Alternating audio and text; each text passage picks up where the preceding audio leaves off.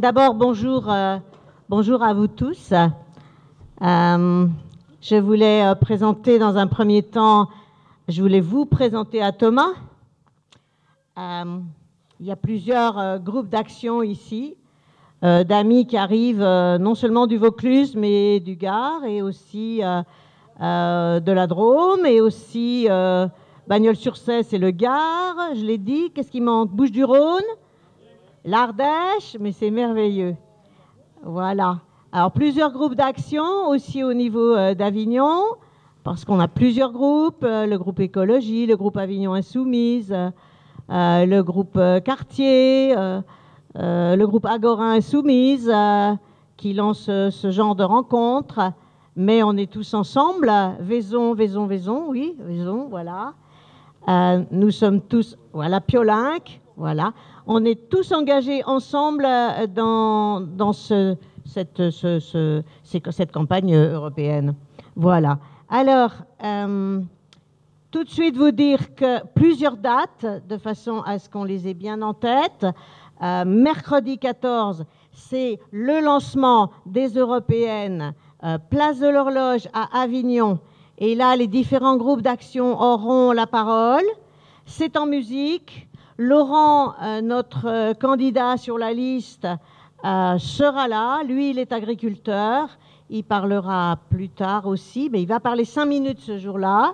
Le mercredi 14, c'est en musique. Soyez là, c'est festif. Il y a un moment de rencontre avec du vin chaud. Il ne pleuvra pas. Et si toutefois il pleuvait, nous rentrerons dans le péristyle parce que Vincent, qui est conseiller municipal, nous donne cette possibilité. Voilà, ça c'est mercredi, à ne pas manquer. Et puis ensuite, on va en décembre, le 14 décembre, formation aussi des Insoumis avec Mathieu Bosque. Alors là, je cherche le lieu, parce que c'est difficile, c'est le temps des flonflons de Noël, donc pour trouver une salle municipale, c'est un peu difficile. Mais on va y arriver. C'est une réunion de formation, notamment sur la stratégie du porte-à-porte. Ceux qui sont allés aux amphis de Marseille ont peut-être participé à ces ateliers. Ensuite, on se retrouvera le samedi 2 février. Samedi 2 février, c'est un meeting. Mathilde Panot vient soutenir le candidat Théron, Laurent, qui traite de la question de la souveraineté alimentaire. Et elle sera avec nous, c'est à Cavaillon. Ensuite, le 23 mars, nous aurons George Kuzmanovic, parce qu'il nous semble super important de penser la défense, cette Europe de la défense qui est en train de se mettre en place et qui ne nous plaît pas du tout. Donc, on va débattre avec George. Vous avez eu déjà pas mal de choses dites hier ou avant-hier à Pau avec JLM, Jean-Luc. Voilà. Et puis le 25 mai, à Vaison, on sera avec Adrien Quatennens. Bon, vous voyez, là, c'est scandé mois après mois. Il faut bien se dire que tous, qui que nous soyons, nous déclinons sur cette thématique des européennes par des actions qui vont se faire peu à peu dans nos quartiers, dans nos villes, dans nos cafés citoyens, etc. C'est à nous d'inventer. En tout cas, souvenons-nous que c'est l'action qui nous fédère. Alors maintenant, Thomas. Thomas, tu vois un peu à qui tu as affaire. Alors Thomas, je te présente, mais beaucoup te connaissent et sont ravis de te retrouver pour cet après-midi. Tu es politologue, ça veut dire que tu es un analyste de la vie politique. Tu es formateur des Insoumis et on est ravis de te voir sur YouTube parce qu'on te suit avec attention avec Charlotte.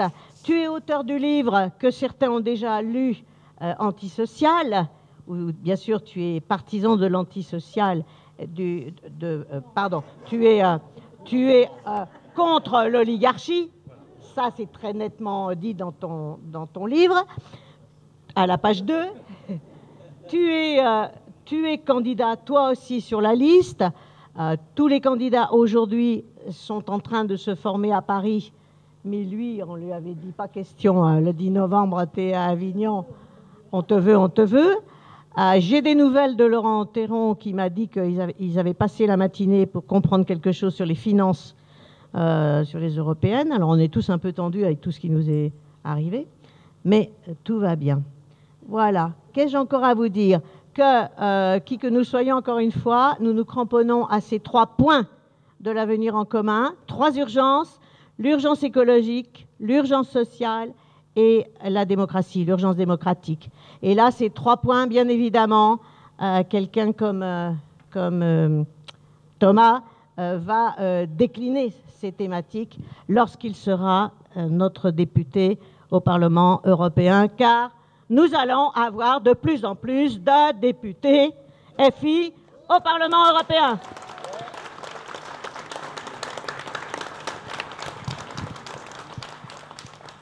Alors, je voulais dire que la séance est filmée. Ça veut dire qu'il faut un tout petit peu de discipline au niveau des prises de parole. Donc, c'est moi qui donne la parole et vous attendez d'avoir le micro pour prendre la parole, hein, parce que c'est filmé. OK? Mais je compte sur vous. Voilà, je donne la parole à Thomas maintenant. On l'accompagne, on reste assis à côté de lui, vraiment pour l'accompagner.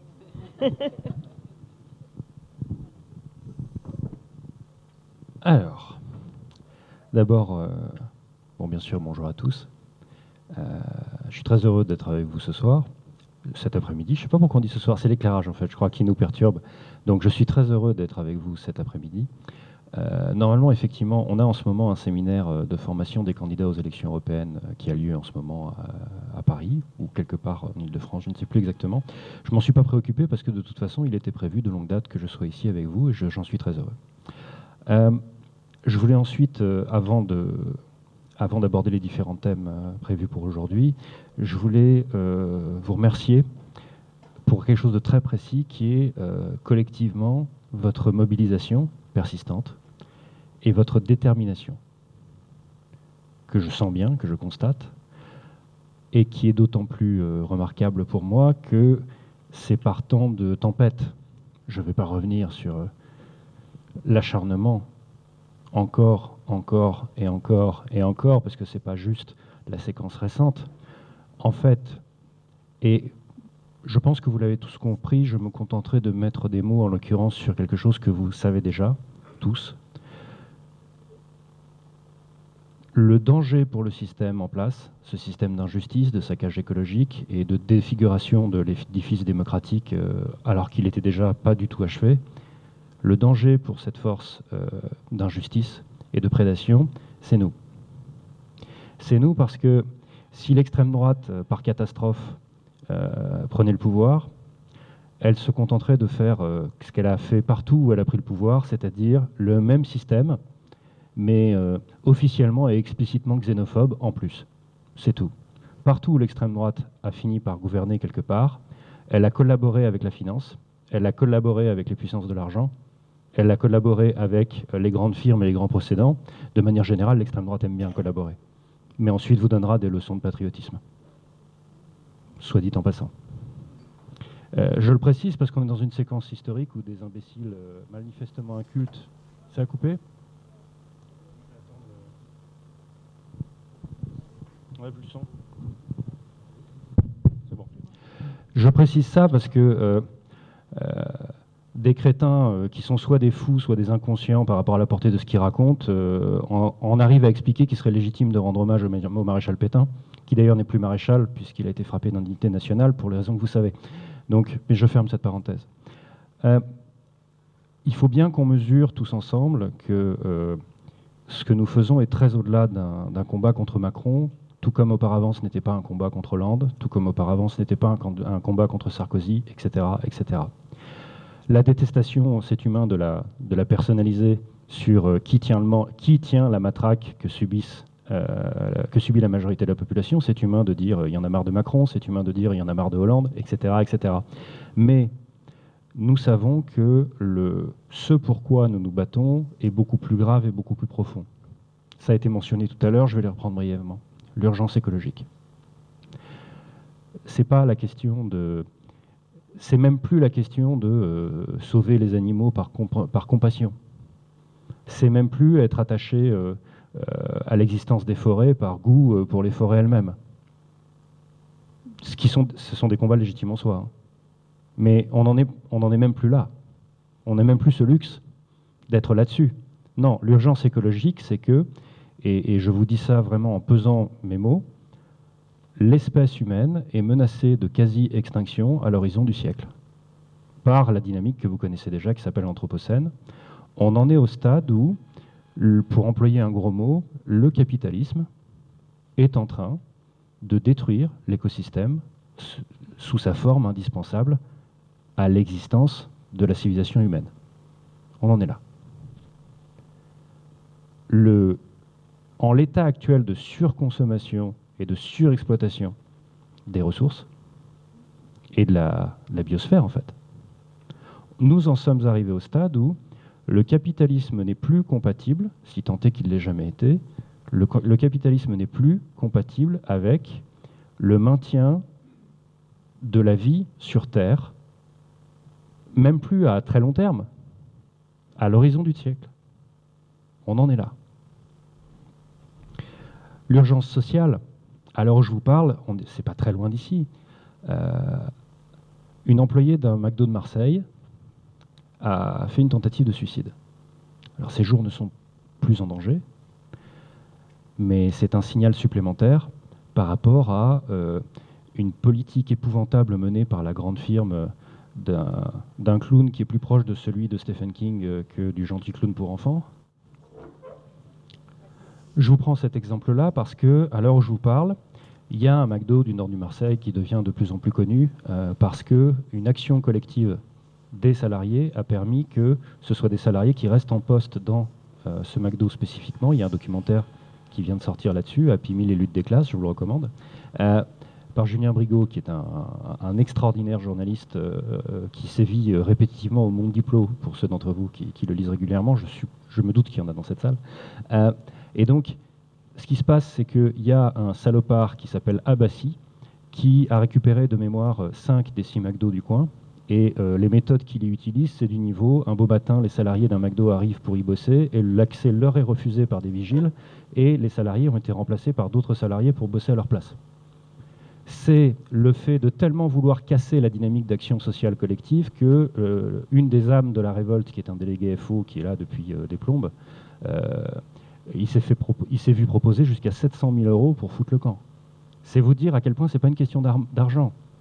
C'est une question de chercher à montrer par tous les moyens que quand une action sociale collective qui marche tellement bien qu'elle a fait plusieurs fois la une du New York Times et qu'elle sert de modèle à des gens dans le monde entier, que c'est très important de montrer que tu as beau faire tout ce que tu veux en action collective, à la fin, c'est la firme qui gagne.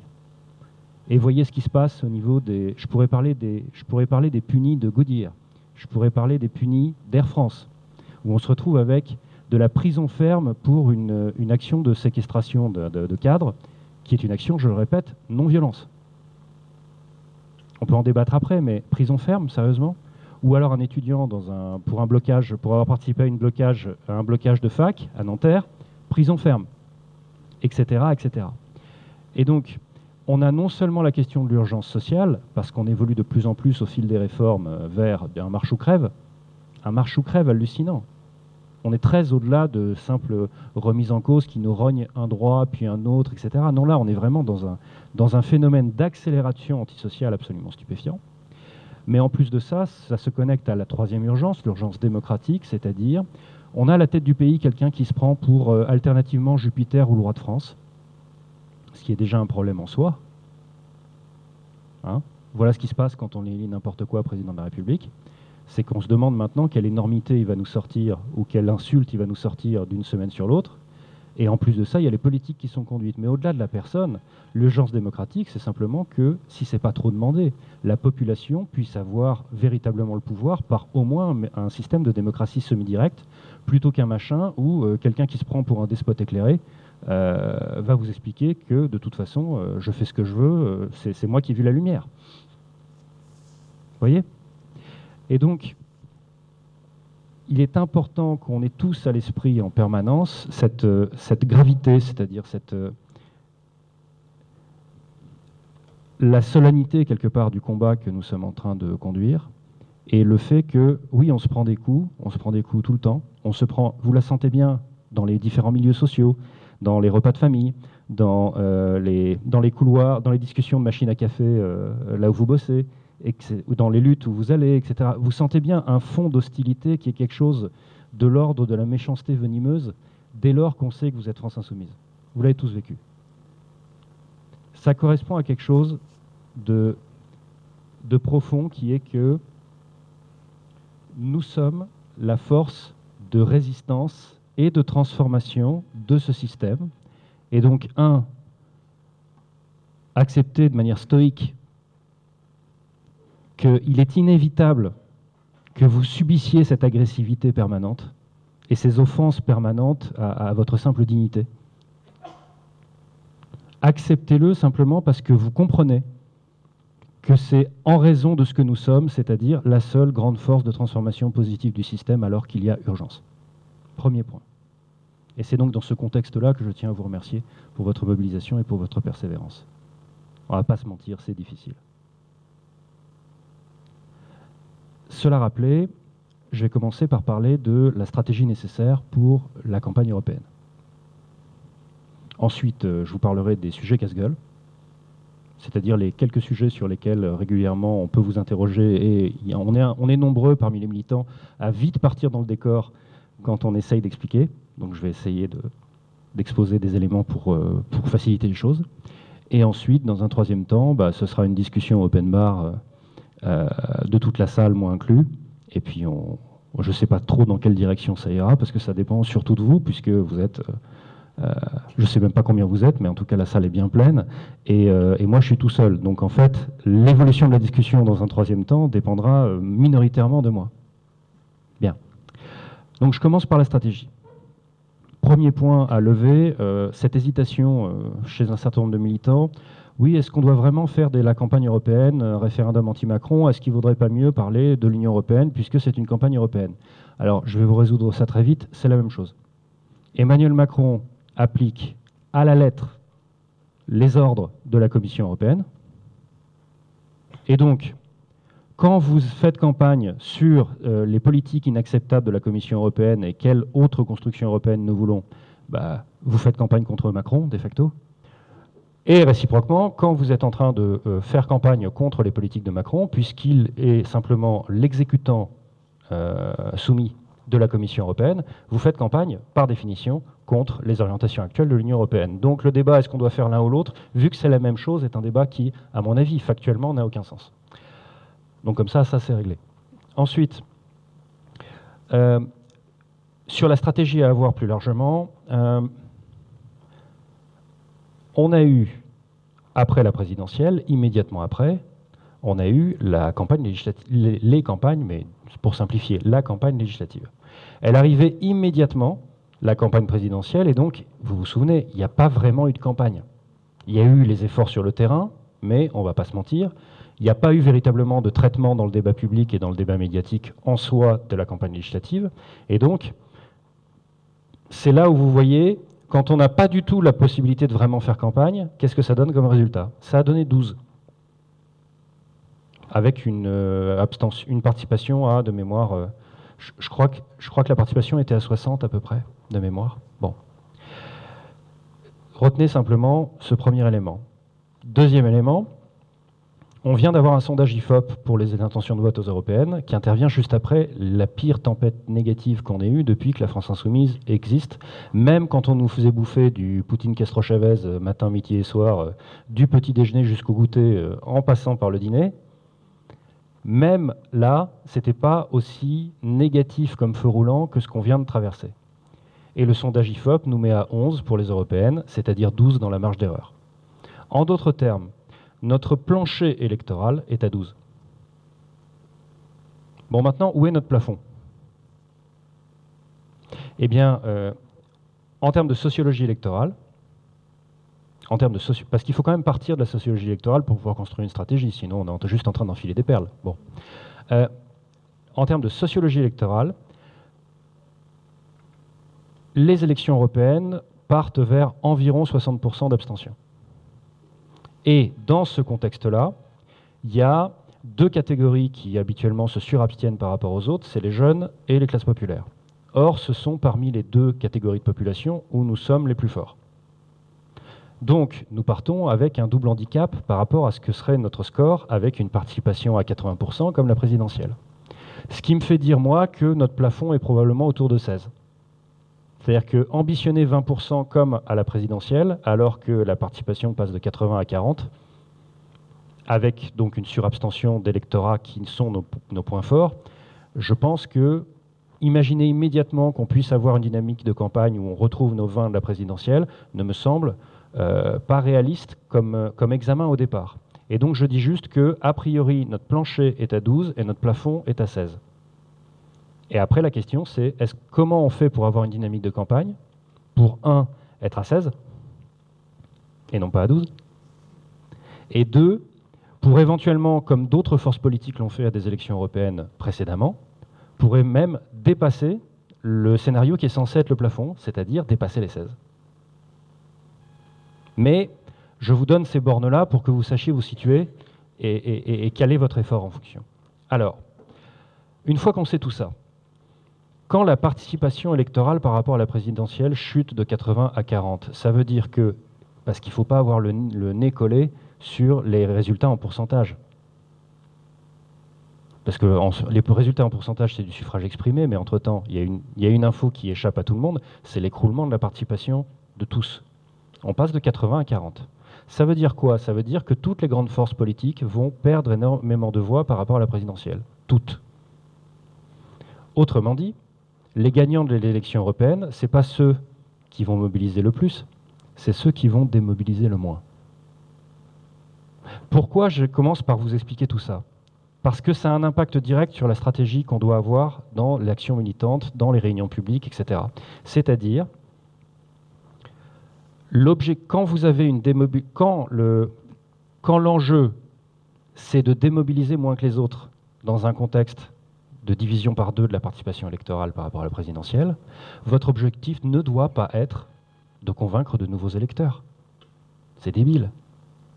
Votre objectif doit être de remobiliser des électeurs qui ont déjà voté France Insoumise, mais qui n'ont pas l'intention de voter aux européennes. Il faut être clair là-dessus.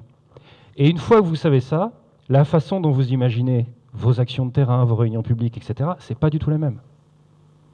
Primo, il faut avoir des réunions publiques qui ne partent pas de ce dont vous avez envie de parler. Si le but, c'est de remobiliser des gens autour. Je sais que c'est tentant de parler des choses qui nous passionnent.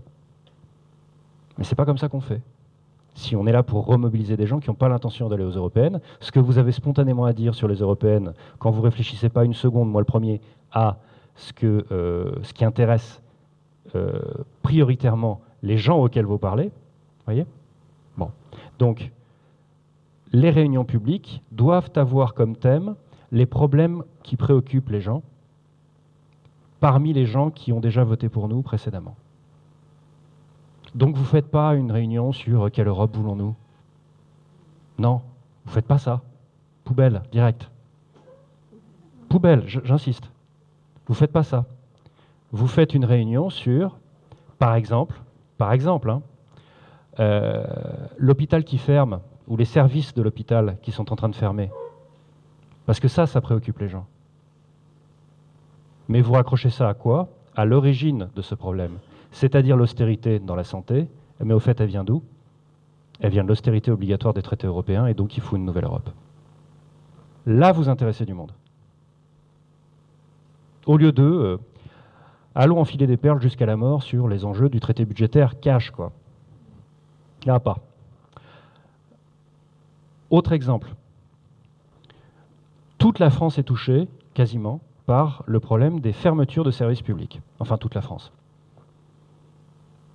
En tout cas, toute la France qui vote pour nous, et qu'il s'agit de remobiliser aux européennes. Donc on parle de quoi? On parle des agences La Poste. On parle des trésoreries publiques. On parle même d'administration, carrément, à tel ou tel point du territoire. On parle de salles de classe qui ferment, etc., etc. Et donc, ces réunions publiques sur sauver la Poste dans votre territoire, par exemple. C'est sur les cadences de plus en plus infernales que subissent les fonctionnaires, ou en tout cas la manière dont sont traités les fonctionnaires dans ce pays. C'est le problème, là j'ai fait ça à Montreuil cette semaine, c'est le problème des inégalités scolaires. Quel est le rapport entre les inégalités scolaires, ou plus largement la crise de l'éducation nationale, et la campagne européenne?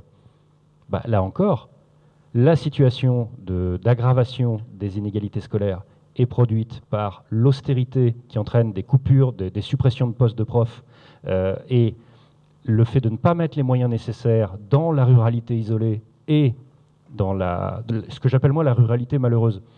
Parce qu'il y a la ruralité heureuse et qu'on vous met dans tel ou tel magazine en regardant, regardez, c'est super. Voilà, bon, ça, en fait, c'est du périurbain poussé, en vrai. Alors là, je vous parle de la ruralité qui paye pour des services publics qu'elle n'a pas. C'est de celle-là dont je vous parle. Bien. Et donc, l'effort éducation nationale n'est à niveau de ce qu'il faut comme effort supplémentaire sur ces territoires, ruralité malheureuse et territoire urbain populaire. Ce surcroît de moyens qui est nécessaire pour arriver au même résultat que dans les centres-villes, que dans la France qui va bien, ne peut pas être mis parce qu'il y a une politique d'austérité depuis des années, que ce soit Blanquer version Sarkozy ou Blanquer version Macron, c'est pratique, c'est le même. Donc vous voyez qu'il y a une certaine continuité. Et donc, ça aussi, le problème à la racine, c'est l'austérité obligatoire des traités européens. De toute façon, deux choses l'une, quand vous avez des politiques antisociales et anti-écologiques qui sont conduites, deux possibilités. Soit vous constatez que c'est simplement de l'austérité budgétaire bête et méchante, et dans ce cas-là, le lien avec la campagne européenne, c'est l'austérité obligatoire des traités. Soit vous constatez que c'est une politique spécifique, explicitement exigée par la Commission européenne, et dans ce cas-là, c'est la Poste, la transformation de la Poste en une entreprise qui est en cours de privatisation, en fait, et qui est en train de sortir de la logique du service public pour être dans une logique de rentabilité. Et c'est pour ça que les agences ferment. Il y a MDK où la Poste va bien, mais on ferme parce que le guichet bancaire n'est pas assez rentable. Vous voyez ? Bon, bah ça, la Poste, c'est le paquet postal d'il y a quelques années au niveau de l'Union européenne, et donc il y a bien un lien direct avec l'Union européenne, et donc il faut changer d'Europe, etc., etc. SNCF, pareil, vous avez un certain nombre de coins dans lesquels, y compris dans les régions où vous êtes, vous avez la question des petites lignes, la question des gares qui ferment, la question des sous-effectifs, la question de la dégradation des infrastructures, etc. Sur l'enjeu de ce qui arrive à la SNCF, il y a moyen d'avoir du monde dans vos réunions publiques et de galvaniser des gens sur la nécessité de voter aux européennes. Pourquoi ? Parce que la SNCF, c'est ce qui lui arrive, c'est le paquet ferroviaire européen, etc., etc. Donc vous partez de problèmes sur vos territoires à vous. Vous partez de problèmes sur vos territoires à vous que vous raccrochez aux enjeux européens. Et c'est comme ça que vous allez remobiliser des gens qui ont déjà voté France Insoumise. Deuxième point, ça a été évoqué tout à l'heure, le porte-à-porte. Dans beaucoup d'endroits dans l'action militante, c'est quelque chose qu'on voit plutôt comme étant un bonus, c'est-à-dire quelque chose qui, quand on a les forces pour l'énergie, parce que c'est dur, quand on a l'énergie et les volontaires pour le faire, on le fait parce que c'est un plus, mais sinon, le reste du temps, on ne le fait pas. Ça ne va pas être immédiatement envisagé comme étant quelque chose de prioritaire. Pourtant, ça l'est. De toutes les actions de terrain, pour une campagne électorale, la plus efficace de toutes, sans exception, c'est le porte-à-porte. Alors, pas n'importe où. Le point de départ, c'est vous prenez les bureaux de vote sur votre territoire et vous regardez où le score de la France Insoumise au premier tour de la présidentielle est significativement élevé par rapport au score qu'il a fait au national. Et c'est là que vous allez faire du porte-à-porte, pour remobiliser les gens qui ont déjà voté France Insoumise. C'est absolument indispensable. Par contre, faire du porte-à-porte dans un quartier où ça va plutôt bien, voire très bien, de tel ou tel centre-ville, et où la France Insoumise au premier tour de la présidentielle a fait plus 12% que 30%, oui, perdez pas votre temps. C'est pas contre eux, mais c'est juste qu'en termes de priorité de l'effort, il faut aller donc dans les endroits qui sont en réalité des territoires déjà insoumis du fait du résultat du premier tour de la présidentielle, mais qu'il s'agit de remobiliser porte après porte. Je ne vous ferai pas, je vous raconte pas d'histoire sur le fait que ce serait facile. C'est un effort qui consomme de l'énergie, ça demande un travail de très longue haleine, ça demande...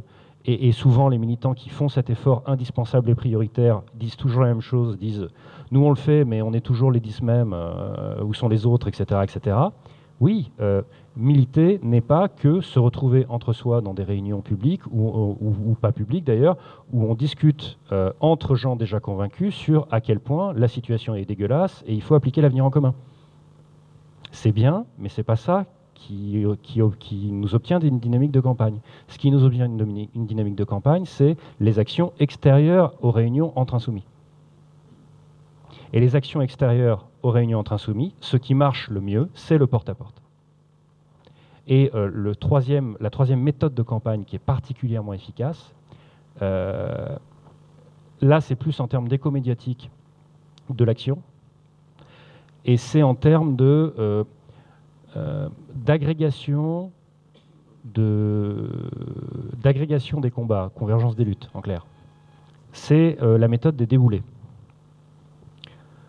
Un déboulé, c'est vous êtes à 5-10 militants, il n'y a pas besoin de plus, hein, et vous débarquez là où il y a une lutte sociale ou une lutte écologique dans votre territoire, et vous n'êtes pas là pour demander quoi que ce soit, vous n'êtes pas là pour obtenir quoi que ce soit, vous êtes simplement là pour aller manifester votre soutien à cette lutte de la manière la plus visuellement frappante possible. Donc les banderoles, les piquets, les mégaphones, tout ce que vous voulez. Ça peut être aussi des formes plus proches de ce qu'on appelle le happening ou l'agite-prop. C'est-à-dire, par exemple, ça peut être la méthode de l'homme sandwich où vous avez littéralement quelqu'un, homme sandwich ou femme sandwich, hein, c'est pas le sujet, mais où vous avez les différents slogans qui sont des deux côtés du panneau. Ça peut être aussi l'organisation pour dénoncer la disparition progressive de l'hôpital. Ça peut être le fait d'organiser un dispensaire insoumis pendant une journée où vous êtes en train de distribuer des médicaments de première nécessité à la population. Ça peut être, comme ça a été fait à Carré, ils ont fait une procession avec déguisement dans laquelle on voit les gens en train de conduire le cercueil de la filière, le cercueil des abeilles en France, parce qu'elles sont en train de disparaître, etc. C'est des actions visuellement frappantes qui sont soit des actions assez habituelles, c'est-à-dire le piquet, la banderole, le mégaphone, etc., soit des choses qui sont en termes de mise en scène visuelle et d'expression qui sont plus proches de l'expression artistique en réalité, et plus proche du théâtre de rue. Bien. Et les deux fonctionnent très bien, simplement, n'oubliez pas, et c'est valable pour les réunions publiques, qu'une opération qui n'est pas filmée n'existe pas, de nos jours, et que si elle est filmée mais qu'elle n'est pas diffusée sur les réseaux sociaux, elle n'existe toujours pas. Et que la différence entre une vidéo qui a le potentiel d'être beaucoup vue et une vidéo qui aura du mal à être beaucoup vue, c'est le sous-titrage et le son. À la rigueur, une image pourrie, ça se rattrape. Un son pourri, ça ne se rattrape pas. Et le sous-titrage est important pour une raison toute bête, vous l'avez tous vécu au boulot. À un moment, en loose day, on regarde une vidéo qui nous intéresse et qui est un contenu politique. Et bien évidemment, on ne va pas mettre le son. Et on ne va pas mettre non plus les écouteurs, pour ne pas se faire pécho. Et bien c'est pareil pour tout le monde. Et maintenant, vous savez pourquoi les vidéos avec sous-titrage marchent mieux. C'est parce qu'il y a des gens qui les visionnent en coupant le son quand ils sont au boulot, c'est tout. Et c'est pour ça qu'il est important de mettre des sous-titrages. En réalité, c'est pour que les gens puissent regarder la vidéo sans avoir le son. Voilà, maintenant vous savez. Et c'est important aussi donc d'avoir une concertation de tous vos comptes Twitter, vos pages Facebook, etc. Parce que c'est bien d'avoir plein de petites îles de militantisme sur les réseaux sociaux, les différents comptes Twitter, les différentes pages Facebook, etc. Mais c'est tellement mieux d'en faire un archipel. C'est-à-dire que quand il y en a un qui émet une vidéo, tous les autres répercutent. Voilà. Et donc il s'agit aussi de mettre ça en place. Et dernier point sur la stratégie, il y a des militants, et c'est totalement compréhensible, moi je trouve ça totalement normal, et donc je pense qu'il faut l'assumer. Beaucoup de militants, en fait, sont beaucoup plus intéressés par la préparation des municipales que par la préparation des européennes. Moi, j'ai aucun problème avec ça, et c'est pour ça que je l'aborde là, entre nous, de manière explicite. Je trouve ça totalement normal pour une raison très simple. Tous autant que nous sommes, on est impliqué dans notre action militante avant tout à l'échelle de la ville où on vit, voire du quartier où on vit. Et donc, il est tout à fait humain de vouloir s'impliquer beaucoup plus pour l'élection municipale qui arrive que pour les élections européennes qui, spontanément, sont plus distantes par rapport à vos enjeux territoriaux. Même si, encore une fois, il suffit de gratter un peu et vous trouvez presque toujours l'Union européenne derrière. Mais donc, c'est humain. Donc ça, sur le constat, ok.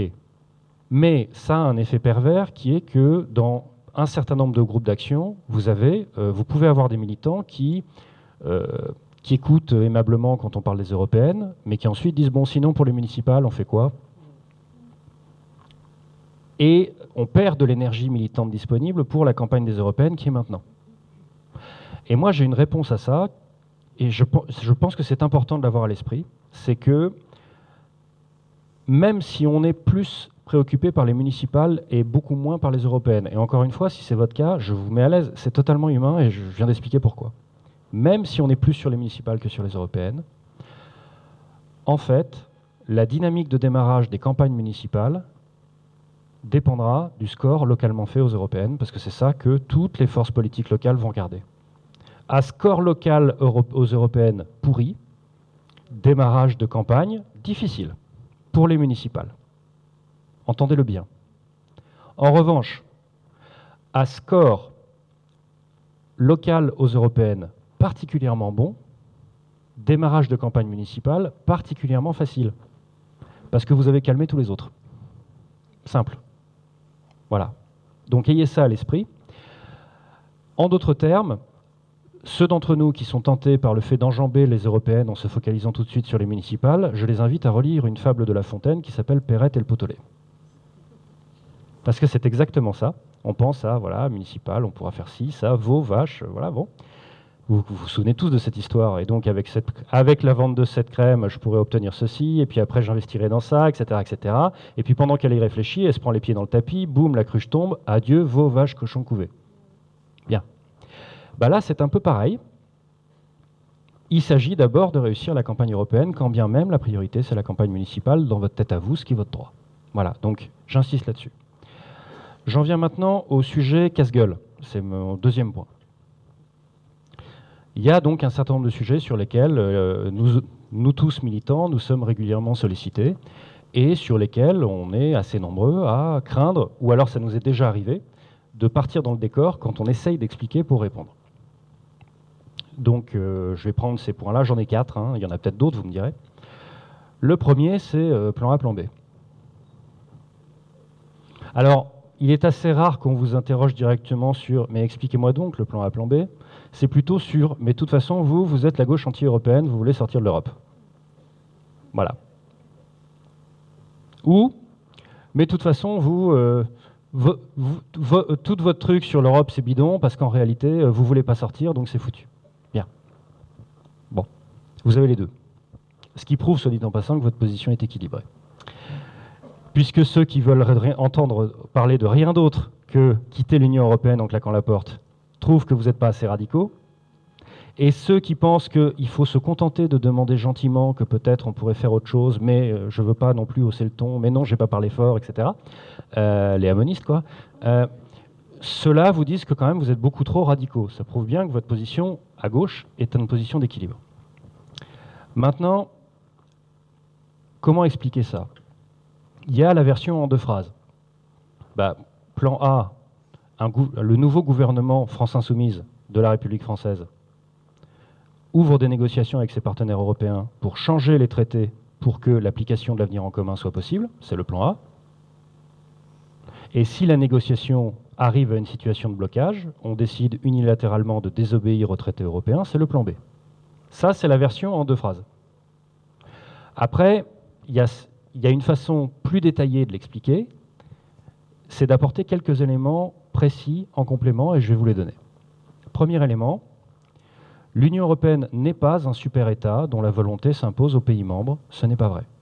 L'Union européenne n'est pas non plus un État fédéral dont les pays membres ne seraient que des provinces soumises à son autorité, ce n'est pas vrai non plus. L'Union européenne est une organisation internationale.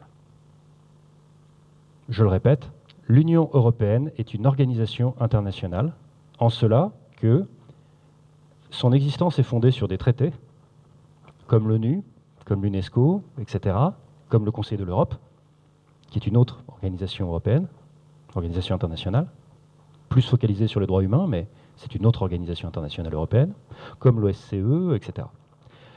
Et donc, les pays membres ont conservé leur souveraineté à l'heure où je vous parle. L'Union européenne n'a pas de souveraineté. Sinon, pourquoi Macron dirait qu'il faut une souveraineté européenne? C'est bien la preuve qu'elle n'existe pas. Les États membres restent souverains et ils n'obéissent aux règles de l'Union européenne que parce qu'ils y ont souverainement consenti en signant les traités européens. C'est très important, ça. Je vous en prie. Les pays membres de l'Union européenne sont restés souverains. Et ils n'obéissent aux règles de l'Union européenne que parce qu'ils y ont souverainement consenti en signant les traités européens. Et la meilleure preuve que c'est le cas, c'est que quand on est dans un cas extrême où un pays membre dit « bah maintenant, en fait, je m'en vais et je n'obéirai plus à rien », ça donne le Brexit, et ils ont le droit de le faire. S'ils n'avaient pas gardé la souveraineté, ils n'auraient pas le droit de le faire. Vous voyez? Bien. Premier point, important.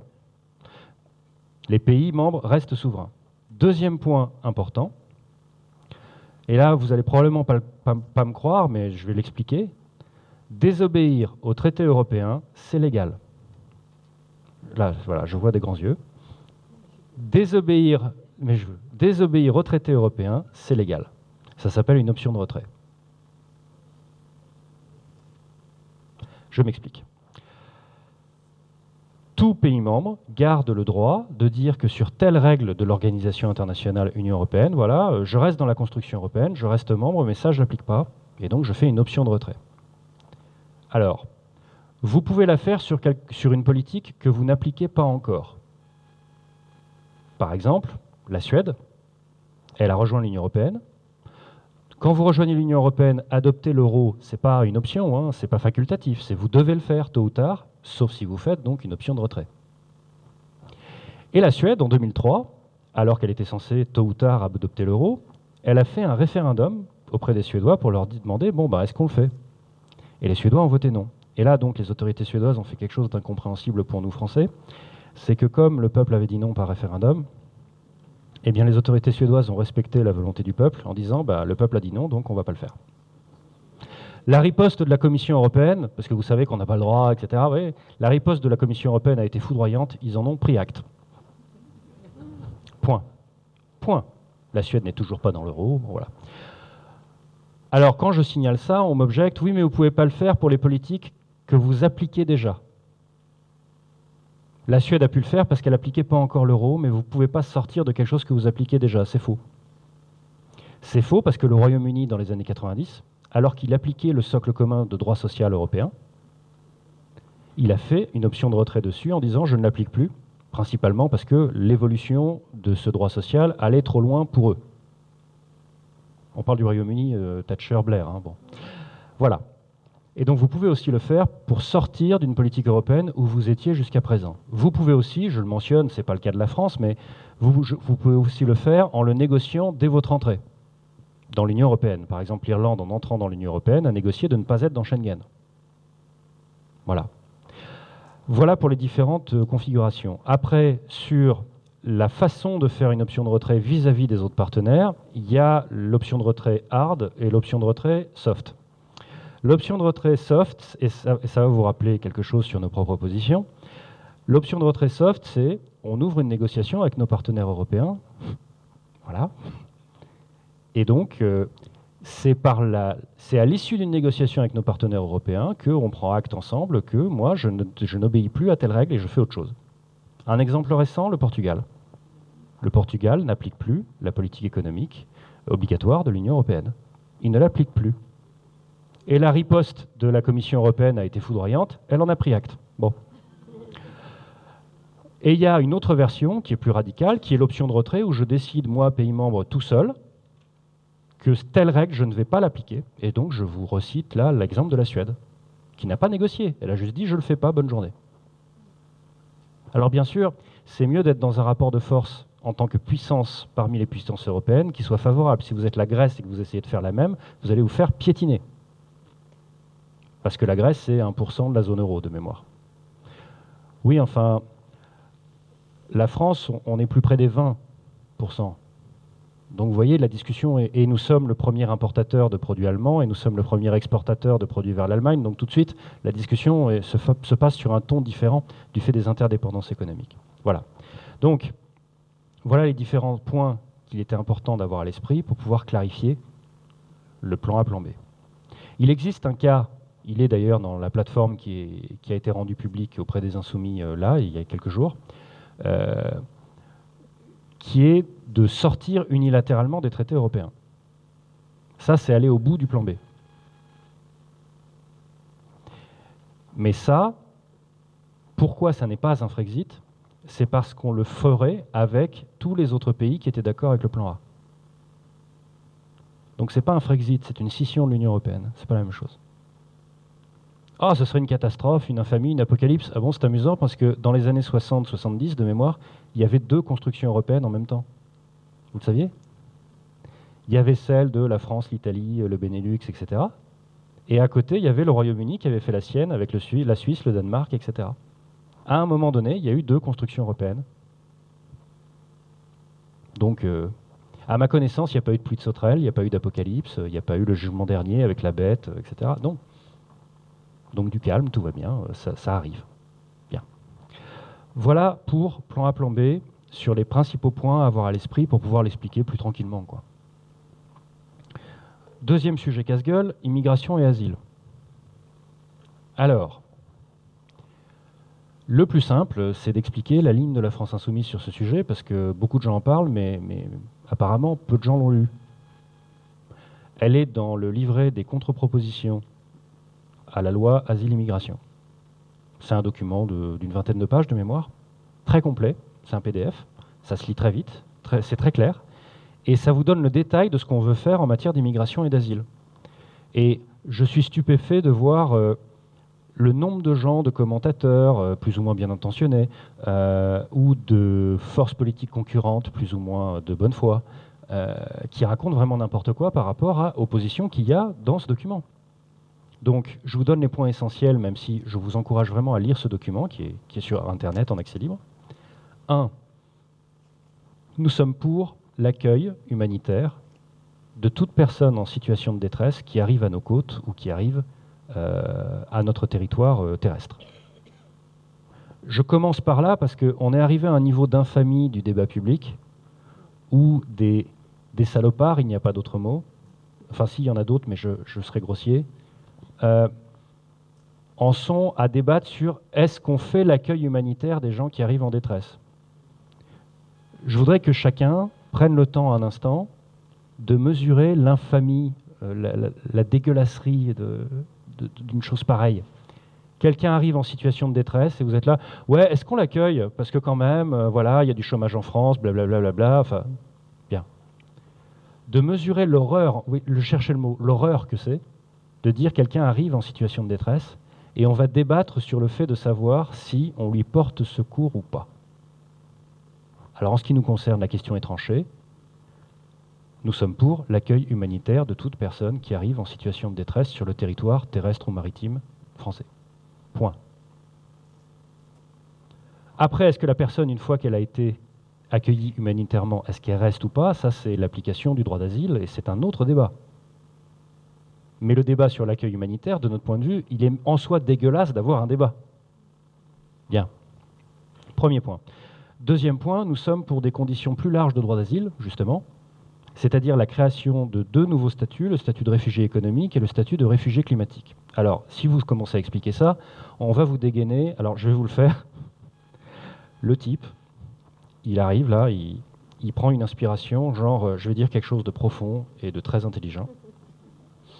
Et là, il vous balance, écoutez, la France ne peut pas accueillir toute la misère du monde. Et il est persuadé d'avoir dit un truc intelligent. Alors, je vais vous expliquer pourquoi c'est complètement stupide. 1, c'est en 2 phrases. 1, personne n'a jamais proposé que la France accueille toute la misère du monde. Personne, jamais. D'autre part, jamais toute la misère du monde n'a souhaité arriver en France. Jamais. Déjà, la quasi-intégralité des gens qui sont en détresse ne migrent pas. Et ensuite, quand ils migrent, l'écrasante majorité vont dans les pays voisins. Et donc, nous n'avons, nous concernant, une immigration de détresse qui n'est qu'une immigration résiduelle. Et c'est vraiment peanuts. Et le peu qu'on a chez nous veulent se barrer le plus vite possible. Ils s'entassent à Calais. Je voudrais rappeler qu'ils s'entassent à Calais parce qu'ils veulent se barrer. Ils ne veulent pas rester. Hein. Ce qui, moi, en tant que patriote, moi, je me sens humilié. Mais bon, les migrants ne veulent pas de mon pays. Vous voyez, bon. Je me sens un peu humilié en tant que patriote, en tant que républicain. Je me dis, au contraire, ils devraient se battre pour venir chez nous. Mais non. Non, ils préfèrent se barrer ailleurs, au Royaume-Uni. Vous vous rendez compte? pour un Français avec un certain atavisme hostile à la perfide Albion, il préfère se barrer au Royaume-Uni. Bon. Mais là, je blague sur un sujet, pour détendre un peu l'atmosphère sur un sujet qui est grave. Mais ceci pour vous dire donc que, pour deux raisons très simples, l'argument la France ne peut pas accueillir toute la misère du monde est doublement débile. Bien. Donc, création d'un statut du réfugié économique et du réfugié climatique, régularisation de l'intégralité des travailleurs sans papier. Ce qui, en l'état actuel du droit, implique que vous régularisez aussi leur foyer. En l'état actuel du droit, c'est comme ça que ça marche. Bon. L'intégralité des travailleurs sans papier, je voudrais rappeler que dans la mesure où l'aide médicale d'État ne se mange pas, dans la mesure où un travailleur sans papier n'a droit, enfin un sans papier, n'a droit ni aux allocations chômage, il n'est pas déclaré, ni aux différentes aides sociales, il n'est pas déclaré, ni même à la protection élémentaire de ses biens et de sa personne, parce que s'il va au commissariat pour porter plainte, la première chose qu'on va lui demander, c'est ses papiers. Moralité, dans la mesure où le sans-papier n'a par définition aucun droit, sauf l'aide médicale d'État, c'est toujours le même exemple qu'on vous sort, et je réponds toujours la même chose, oui, c'est vrai, mais un, c'est une nécessité de santé publique par rapport à la propagation d'épidémies quand on ne soigne pas les gens, et deux, l'aide médicale d'État ne se mange pas, donc on ne peut pas en vivre. Bien. Et donc, cette situation de non-droit pour ces personnes signifie que quand il y a un foyer dans lequel vous n'avez que des sans-papiers, obligatoirement, il y en a au moins un qui travaille et sur ce travail fait vivre tous les autres. C'est obligé, puisque sinon il serait en train littéralement de crever. Donc l'argument, il y a des sans-papiers qui arrivent pour vivre, profiter de blablabla, est faux. Est faux. Et j'ajoute là-dessus deux choses. Un, ça fait des années, parce qu'il y a une discussion en ce moment qui est une espèce de débat théâtral surjoué, entre d'un côté des gens qui surjouent leur xénophobie jusqu'à l'abominable, et en face des gens qui surjouent le no-border jusqu'à l'invraisemblable. Mais ces deux scènes très théâtrales, où il y en a un qui est comme ça et puis l'autre qui est comme ça, bon, reposent sur une présentation des choses qui ne correspond pas au monde réel. Dans le monde réel, il n'y a pas d'immigration massive en France, ce n'est pas vrai. Il n'y a pas à se positionner pour ou contre l'accueil de l'immigration massive en France. C'est un mensonge. L'immigration en France, l'immigration habituelle, elle est résiduelle depuis des années. C'est peanuts par rapport au total de la population française. Alors j'y viens. Et sur la fameuse, mais alors comment, il y a des tas de réfugiés qui arrivent, c'est notre devoir de les accueillir, ou version raciste, ces gens-là ne sont pas comme nous, on ne peut pas accueillir toute la misère du monde, blablabla. Oui, sauf que, juste un oubli, il n'y a pas d'arrivée massive de réfugiés en Europe. Le pic d'arrivée, en 2015, c'est 0,2% de la population européenne. Donc on se calme. Il y a un problème, il y a des vrais problèmes dont on peut et dont on doit débattre. Mais on a déjà suffisamment à faire avec les vrais problèmes pour ne pas s'emmerder avec des problèmes imaginaires.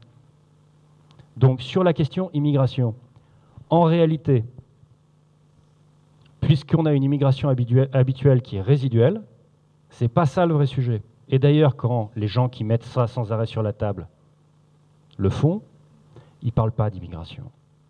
Et ils ne parlent pas des immigrés. Ils parlent des Maghrébins. Quand l'extrême droite, la droite dure et quelques gens qui se disent de gauche mais qui sont complètement égarés vous parlent du problème de l'immigration, ils vous disent je pense qu'il y a trop de Maghrébins. Quand ils vous disent qu'il y a un problème d'insécurité culturelle, ils vous disent je pense que les Maghrébins ne sont pas des gens comme nous. Quand ils vous parlent de l'islam, ils vous disent je pense qu'il y a un problème avec les Maghrébins. Et même quand ils vous parlent de laïcité, ils vous disent je pense qu'il y a un problème avec les Maghrébins. Et donc à un moment donné, au lieu de nous bêtement tomber dans le panneau, mais je vous dis bêtement, j'en prends ma part, hein, je suis moi-même tombé dans ce panneau pendant des années, je vous mets à l'aise. Hein. Au lieu de tomber dans le panneau et de commencer à répondre oui, mais les chiffres de l'immigration, les trucs, machin, vous répondez sérieusement à un mot qui n'est qu'un mot de code d'un adversaire qui est juste en train d'accumuler les banalités racistes. Et donc la bonne réponse à quelqu'un qui vous dit il y a un problème d'immigration, n'est pas attendez, regardez les chiffres, etc. La bonne réponse c'est mais pourquoi vous dites que les Maghrébins ne sont pas des gens comme nous? J'ai pas dit ça, si vous avez dit ça. À mon avis, c'est comme ça qu'il faut le prendre, expliciter le sous-entendu raciste de la personne qui est en face. Et d'un coup, la discussion n'est pas la même. Ah, la laïcité est en danger. Pourquoi vous dites que les Maghrébins ne sont pas comme nous? J'ai pas dit ça. Si, vous avez dit ça. Vous ne parlez pas des Suédois, vous ne parlez pas des orthodoxes. Voilà. Ensuite, les vrais problèmes dont il faut parler, parce qu'il ne faut pas faire l'erreur d'être dans la négation des vrais problèmes, pour autant. Un, sur les réfugiés, le problème n'est pas un raz-de-marée de réfugiés, je viens de rappeler que c'est faux. Le problème, c'est qu'il y a un embouteillage logistique de l'accueil concret dans des centres d'hébergement ou dans des centres de rétention, ce qui est un problème en soi. Il y a un problème d'embouteillage logistique de l'accueil. Et là, la bonne réponse, c'est pas de commencer à raconter des sottises sur des raz-de-marée inexistants. La bonne réponse, c'est, et le document contre-proposition à la loi Asile et Immigration est très fourni là-dessus, c'est qu'est-ce qu'on fait pour que le traitement des demandes d'asile soit plus rapide, plus efficace, plus clair, pour que l'accueil se fasse dans des conditions humanitaires et non pas de mettre dans des centres de rétention, c'est-à-dire des prisons, des gamins, etc., etc. Donc le vrai problème est un embouteillage logistique du traitement et de l'accueil. Oui, bien sûr, mais je focalise sur les enfants parce que c'est ce qui me vient tout de suite comme étant un truc abominable.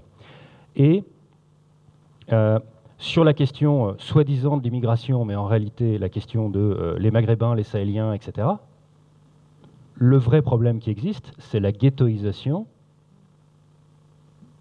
dans un certain nombre de poches de territoire, de gens qui sont d'immigration récente, et le fait de les entasser sans mixité sociale dans ces poches urbaines pauvres ralentit l'intégration et l'assimilation. Pas parce qu'ils ne veulent pas, mais parce qu'à partir du moment où vous les foutez, vous, le problème ne vient pas d'eux, à partir du moment où vous les foutez, vous, pouvoir public, dans des situations de ghettos sociaux, vous ralentissez l'immigration et vous ralentissez l'intégration et l'assimilation. Et après, vous avez le culot d'aller dire, quand même, vous vous rendez compte, ils ne veulent pas s'intégrer. Non, c'est toi qui ne veux pas les intégrer, nuance. Si tu voulais les intégrer, tu ne les foutrais pas dans des ghettos. Voilà. Et c'est ces sujets-là dont il faut parler. Et non pas je ne sais quel billevesée sur, oui, l'identité culturelle, je ne me sens pas menacé dans mon identité par un couscous. Il faut arrêter les conneries. Vous vous sentez menacé par un couscous, vous? Voilà. Bon, donc c'est vraiment, mais prodigieusement n'importe quoi. Je me sens plus menacé par McDo dans mon identité culturelle si on doit partir par là. Oui, c'est vrai. McDo qui fait 20% de son chiffre d'affaires en France. Alors, ou 25, je ne sais plus. Voilà donc sur immigration et asile les différents points importants des positions qu'on a. Par ailleurs, nous sommes pour qu'on combatte les causes de l'immigration involontaire. Entendez-moi bien. Il y a soit des imbéciles, soit des gens mal intentionnés qui ont caricaturé ça en « vous êtes une gauche anti-immigration ». C'est pas ça. On est contre l'immigration involontaire. On ne veut pas que des gens se retrouvent en situation de devoir fuir leur pays. C'est ça l'immigration involontaire. Nous voulons combattre les causes de l'immigration involontaire. Nous voulons que l'immigration ne soit que de l'immigration qui est un choix. Voilà. Et donc, ça entraîne un certain nombre de positions. Je ne rentre pas dans les détails, vous les connaissez déjà. C'est-à-dire nos positions pour la paix dans un certain nombre de conflits par le fait de mettre en place des processus de paix sérieux et non pas de traiter des conflits ou des situations de tension à coups de bombe. Voilà. La transition écologique, aussi bien en France qu'à l'échelle européenne, et en fait partout où on peut, parce que la question des réfugiés climatiques n'est pas encore massive, mais va le devenir à l'horizon de quelques décennies, etc., etc.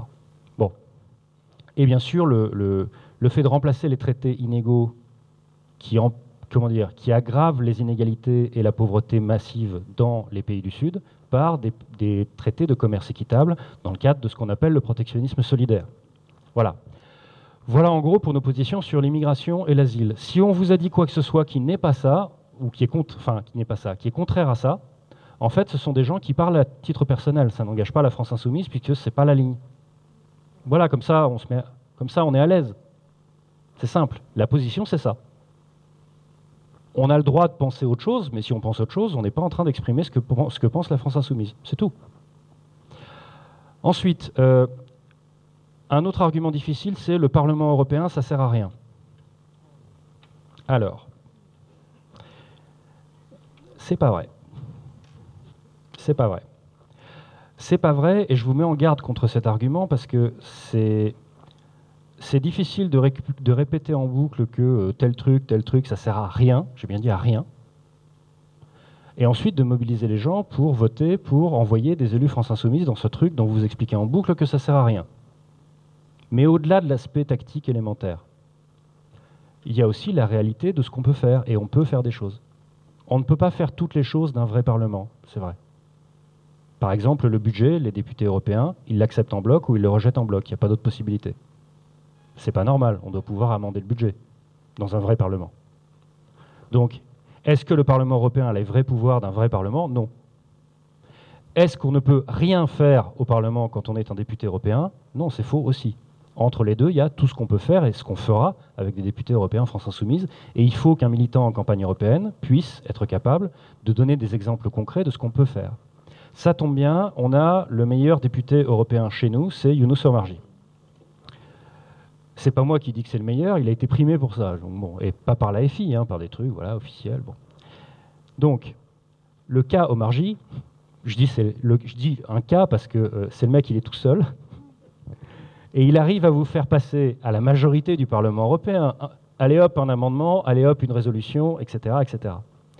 Et donc, il prouve ce qu'on a l'intention de faire, c'est-à-dire on n'a pas besoin d'être d'accord sur tout avec une autre force politique du Parlement européen pour se mettre d'accord avec eux pour voter ensemble tel changement. Que ce soit un amendement pour modifier un projet pendant qu'il est en train d'être voté, ou que ce soit une résolution, c'est-à-dire ça n'est pas aussi fort qu'une nouvelle règle européenne, mais ça force tout le reste des institutions à se positionner parce que le Parlement européen a dit nous on souhaite qu'on fasse ceci. Ça c'est la résolution. Et donc, par exemple, on ne parle maintenant de pêche électrique au niveau des institutions européennes que parce que le Parlement européen, à l'initiative d'Omarjee, a adopté une résolution qui dit nous souhaitons qu'on arrête la pêche électrique. Ça a forcé tout le système à se positionner, et du coup, vous commencez à pouvoir démasquer les lobbies, etc., les hypocrisies, le jeu dégueulasse qui est fait par les Pays-Bas à l'heure actuelle, où ils ont vraiment triché dans tous les sens sur ces questions-là, etc., etc. Bon.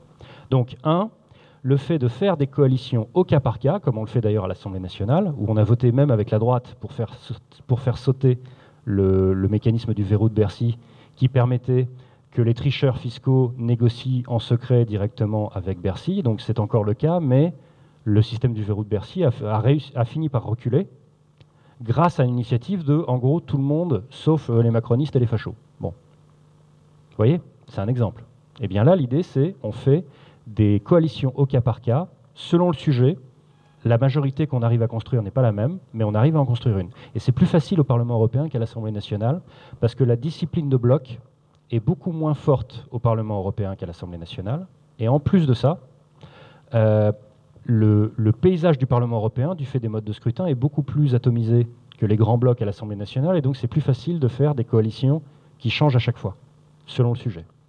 Donc, au cas par cas, on est capable de faire passer des trucs en votant avec d'autres forces politiques, et vous donnez le cas Omarjee sur la pêche électrique, sur l'adoption d'un rapport contre le lobby du tabac, etc., etc.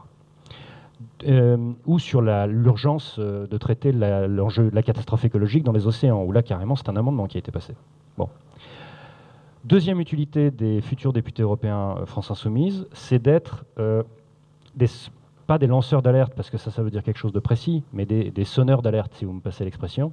C'est-à-dire, comme le Parlement européen fait partie de la machine où se préparent les saloperies antisociales et anti-écologiques très en amont, ça permet à des députés européens France Insoumise d'être en mesure très en amont d'alerter tous les autres, c'est-à-dire tous les acteurs politiques, sociétés civiles, ONG, associatifs, etc., sur ce qui est en train de se passer, pour pouvoir mobiliser de l'extérieur des institutions européennes, parce qu'on aura, comme à l'Assemblée nationale, un pied dedans, un pied dehors. Et où donc nous serons en mesure de balancer tous les éléments à tous ceux qui sont aussi sur ces luttes-là, au moins on est d'accord là-dessus, et donc les traités dits de libre-échange, mais en fait de pillage inégalitaire, les mesures de saccage écologique, la question du glyphosate, des choses comme ça, etc., etc. Donc d'être en mesure de susciter, nous, depuis le Parlement européen, en disant « Regardez, il y a ça qui se prépare », alerte générale, comme dans Taxi, et donc mobilisation d'un maximum d'acteurs, sociétés civiles, ONG, etc. On pourra donc faire ça, ce que j'appelle moi les sonneurs d'alerte. Ensuite, pour les plus vétérans d'entre nous, ça va leur faire particulièrement plaisir, il y a la création d'une nouvelle internationale. Il était temps. Eh oui, parce que au Parlement européen, vous aurez dans le même groupe tous ceux qui sont sur la même ligne de transformation du système dans le sens de l'écologie, dans le sens du social et dans le sens d'une vraie démocratie semi-directe. Vous les aurez tous dans le même groupe parlementaire et ce sera le seul endroit au monde où vous aurez ça. Ce qui est utile, c'est d'avoir, grâce à l'existence du groupe parlementaire, de manière quotidienne, un travail entre ces différentes forces dans le même dispositif international. Ce qui vous permet aussi de répondre aux menteurs qui prétendent qu'on serait nationaliste. Oui, oui. On l'est tellement qu'on est en train de préparer une nouvelle internationale au Parlement européen. Pas très sérieux de lancer ce genre d'accusation. Bon. Et pourquoi c'est important de créer ce travail en collectif? Parce que la stratégie fondamentale vis-à-vis de l'Union européenne, c'est pour avoir une nouvelle Europe, il faut qu'une grande puissance à l'échelle de l'Europe, donc ça se joue entre la France et l'Espagne hein, principalement, en l'état actuel, mais il y a peut-être d'autres qui vont surgir. Hein? Peut-être l'Allemagne un jour, on ne sait pas, c'est possible. En réalité, on n'en sait rien. Si on avait dit que quelque chose comme la France insoumise, si on vous avait dit il y a 10 ans, ça va exister, on ne l'aurait pas cru. Bon, donc on ne sait pas. Et ce qui compte, c'est qu'il y ait, à un moment donné, parmi nos différentes forces sœurs, qu'il y en ait une qui prenne le pouvoir dans son pays et qui engage une articulation de type plan A, plan B. Et là, vous avez l'effet domino. Mais raison de plus pour préparer ça, et préparer surtout l'effet domino. Ce qui suppose qu'on ait vraiment l'habitude de travailler ensemble et de se considérer comme partie d'un tout. Voilà. Et dernière utilité principale des futurs députés européens France Insoumise, c'est ce qui se passera dans l'hémicycle. Je vous garantis qu'à partir du moment où on a un maximum de députés France Insoumise au Parlement européen, les discussions dans l'hémicycle, ça va se passer très différemment. Et c'est pareil à la Commission. Quand vous voyez ce qu'on arrive à faire à 17 députés à l'Assemblée nationale, vous imaginez ce qu'on est capable de faire à ce niveau-là au Parlement européen, que ce soit dans les travaux en commission ou que ce soit à la tribune. Et donc là-dessus, une utilité simple, si vous aimez ce que font les députés France Insoumise à l'Assemblée nationale, vous allez adorer ce qu'ils vont faire au Parlement européen. Simple.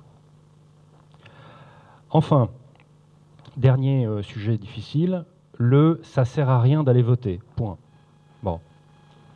Aux européennes en tout cas. Vous allez avoir ça beaucoup, vous l'avez déjà. Alors le premier élément à invoquer pour dire que non, c'est pas vrai, ça sert à quelque chose, c'est de dire quel sera l'impact d'un maximum de députés France Insoumise au Parlement européen en disant, regardez ce qu'on fait déjà à l'Assemblée nationale. Donc vous voyez bien que, en tout cas quand vous votez pour nous, ça sert à quelque chose. On fait le job derrière. Donc première utilité, vous envoyez des gens qui vont faire le boulot.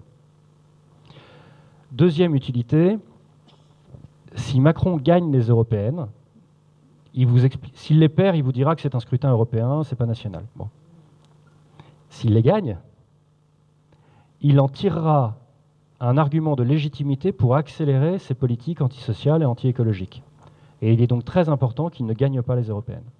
Donc ça, c'est une raison très importante d'aller voter.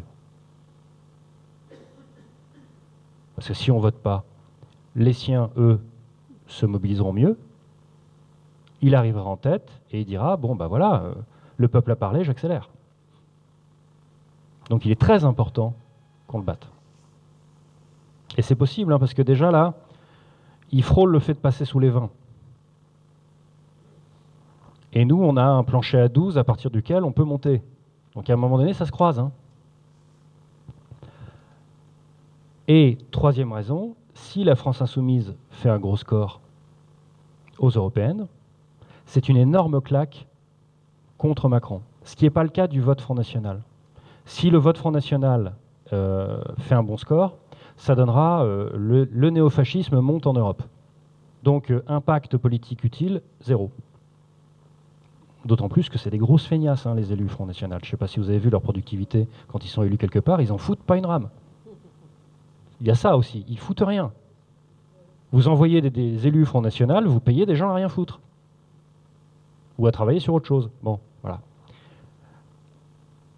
Et donc, si c'est la France insoumise qui fait un gros score, là, par contre, c'est la grosse claque pour Macron.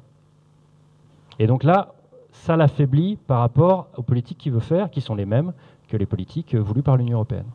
Donc ça vous fait au moins 3 raisons claires, simples et carrées pour dire aux gens, non, non, c'est très important d'aller voter. Voilà les points que j'avais à vous exposer dans un premier temps. Maintenant, je suggère qu'on passe en format AG, j'allais dire. Merci, c'est gentil.